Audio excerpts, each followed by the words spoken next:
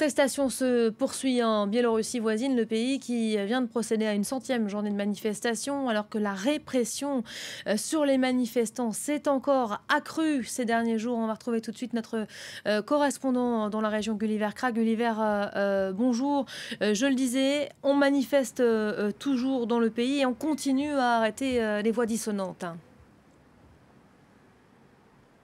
Oui, aujourd'hui, il y a, comme c'est devenu traditionnel pour les lundis, la marche des personnes à la retraite et du personnel médical dans le centre-ville de Minsk. Environ 1000 personnes qui portent entre autres des pancartes commémorant Roman Bondarenko, un manifestant qui est mort à l'hôpital jeudi après avoir été tabassé par on pense que c'était des officiers de police en civil. Mercredi, en banlieue de Minsk, la mort de Roman Bondarenko a beaucoup secoué la société biélorusse.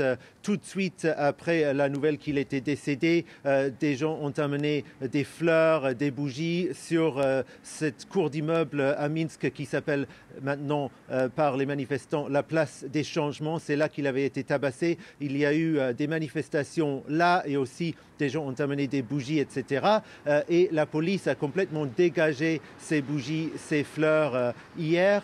Pendant la journée d'hier aussi, il devait y avoir une marche de l'endroit dans le centre de Minsk où le premier manifestant à avoir été tué pendant cette contestation, c'était le 10 août, Alexandre Taraikovski. Là où lui, il était mort, les gens allaient marcher de cet endroit-là jusqu'à la place des changements où Roman Bondarenko avait été tabassé, mais la police ne les a pas du tout laissés faire. À coups de gaz lacrymogène et autres moyens, ils ont empêché la foule de se réunir. Et en fait, ça, c'est ce qu'on voit depuis maintenant 3 dimanches d'affilée. La police a réussi à empêcher les manifestants à vraiment se rassembler en grand nombre.